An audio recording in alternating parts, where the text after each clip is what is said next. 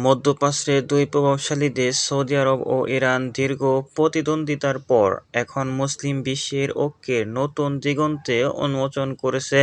গাজায় ইসরায়েলের সাম্প্রতিক আগ্রাসনের প্রেক্ষিতে এই দুই দেশ মুসলিম উম্মাহের ঐক্যের ও সংহতির জন্য একযোগে কাজ করছে।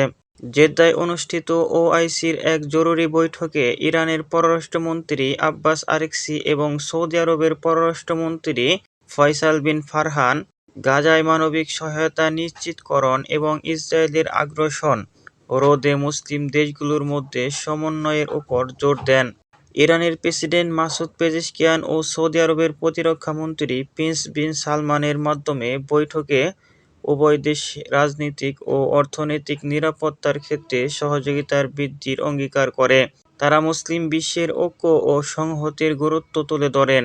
এই ঐক্যবদ্ধ প্রচেষ্টা ইসরায়েলের গ্রেটার ইসরায়েল পরিকল্পনার বিরুদ্ধে একটি গ্রেটার ওয়াল বা বৃহত্তর প্রতিরোধ গড়ে তুলেছে।